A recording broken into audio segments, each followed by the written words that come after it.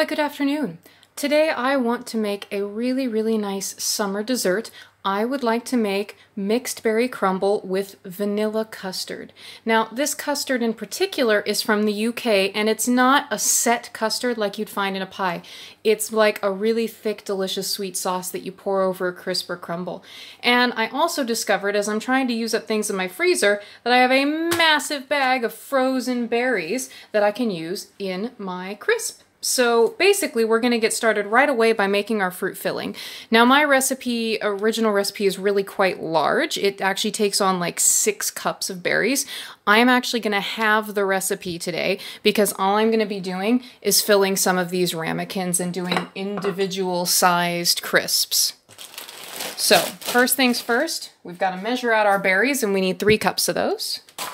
Now these berries are still frozen, which is not like a massive problem.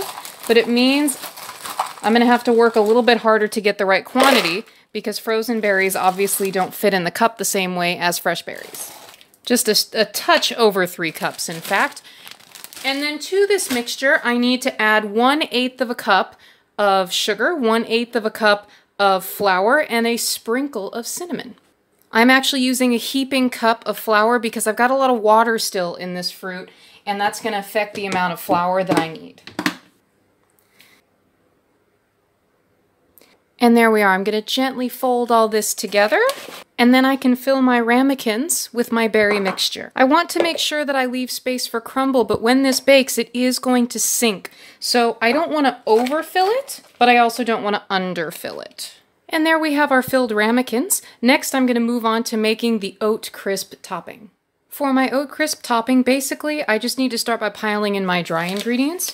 That is going to be my rolled oats, some brown sugar. Now usually when you measure out brown sugar, it's got to be packed. I tend to use the side of my container to make sure. Just a little bit of salt, about a pinch, regular sugar, and last but not least, cold butter. This butter has come directly from my refrigerator and I need about half of this block. Now what we want to do is use 2 butter knives or this thing, this is called a pastry cutter, to just break all of this up and get it together. The heat from our hands will melt the butter pretty quickly, and I'm also working in a relatively warm temperature in my kitchen, and that's what we don't want. Because the butter is so cold, it's going to stick to your pastry cutter. Just keep with it.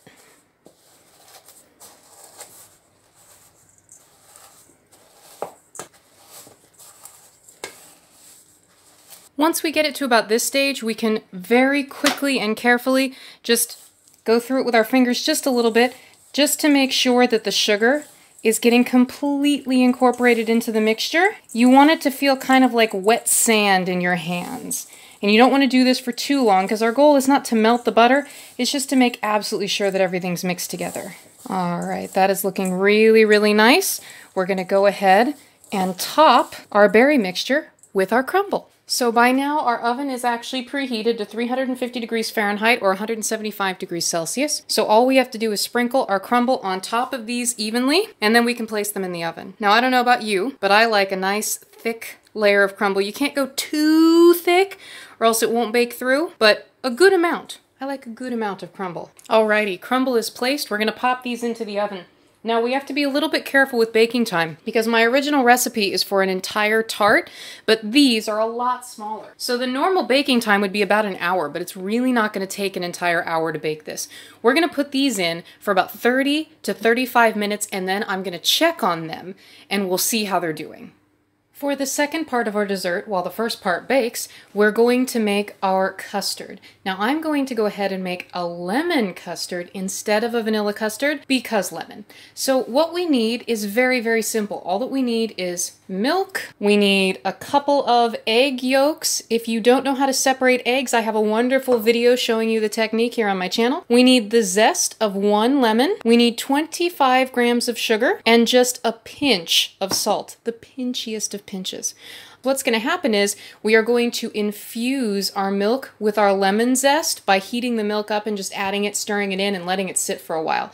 So this first part of the process is pretty easy. We'll add our milk to our still relatively cool pan. We don't want to scorch the milk. And then we'll add our lemon zest, and we're going to bring this to a boil.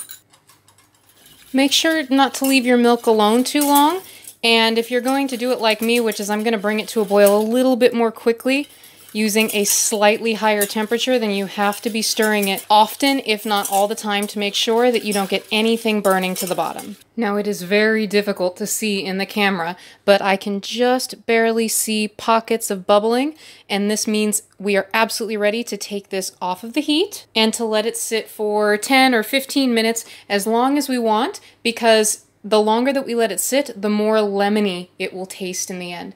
So I'm going to set a timer for 10 minutes, and then we'll be back to finish our custard. Moment of truth. We've baked our little crumbles for about 35 minutes at the correct temperature. I'm just going to pull them out so we can have a quick look and decide whether or not we've baked them long enough. So now what we find here, funnily enough, is that exactly what I thought might happen. With frozen berries, there's a lot of liquid involved, and all that liquid, delicious liquid, has bubbled up and actually covered some of the crumble on our tarts, but I can definitely tell that these aren't finished. It just means that we're going to have some delicious berry-soaked crumble on the top of a couple of these, and that's all right. But you can see here the pools of butter and things like that. This still definitely needs to bake. So I'm going to throw it in there for another 15 or so minutes, finish up my custard, and then we'll see where we're at. So our lemon milk has been infusing for about 10 or 15 minutes now, and we're going to finish up the custard. The first thing that we're going to do is, to this larger bowl, we're going to add both of our egg yolks and our sugar. We're also going to sprinkle in that itty bitty pinch of salt, not too much. This is just going to be a flavor enhancer, really. Now, we're going to mix these together, but we're going to do it with a wooden spoon, because the tricky part of the custard is that we want it to be dense. We don't want there to be air beaten into these egg yolks. And then we can set this aside for a moment. I'm going to carefully empty my milk into this measuring cup because it has a little spout on it. I'm going to need to drizzle my milk into my egg yolks very carefully, and this is warm milk, so the last thing that we want is scrambled eggs, which is why we're going to add them nice and slowly. Now this is going to be a little bit tricky because I am definitely not left-handed, so I'm going to be pouring with my left and I'm going to be stirring ever so carefully with my right. I am going to swap out the wooden spoon here, and I'm going to go for the whisk. And the reason I'm doing that is not to beat air into this, but really to make sure I'm breaking it up and that I don't get lumps. It's just going to be a little bit at a time. You don't need to whisk vigorously because we don't want to add air. Having a little trouble with my bowl scooting around. Make sure we get the egg yolk off the sides. And don't forget to make sure your lemon zest ends up in there. All right, so now we have a wonderful, smooth mixture.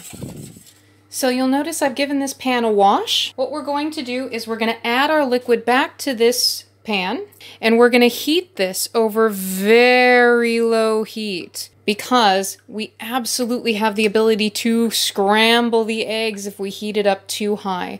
We want to constantly stir our custard, and eventually it's going to get nice and thick, and it should be able to actually coat the back of our wooden spoon. We're just going to keep on stirring.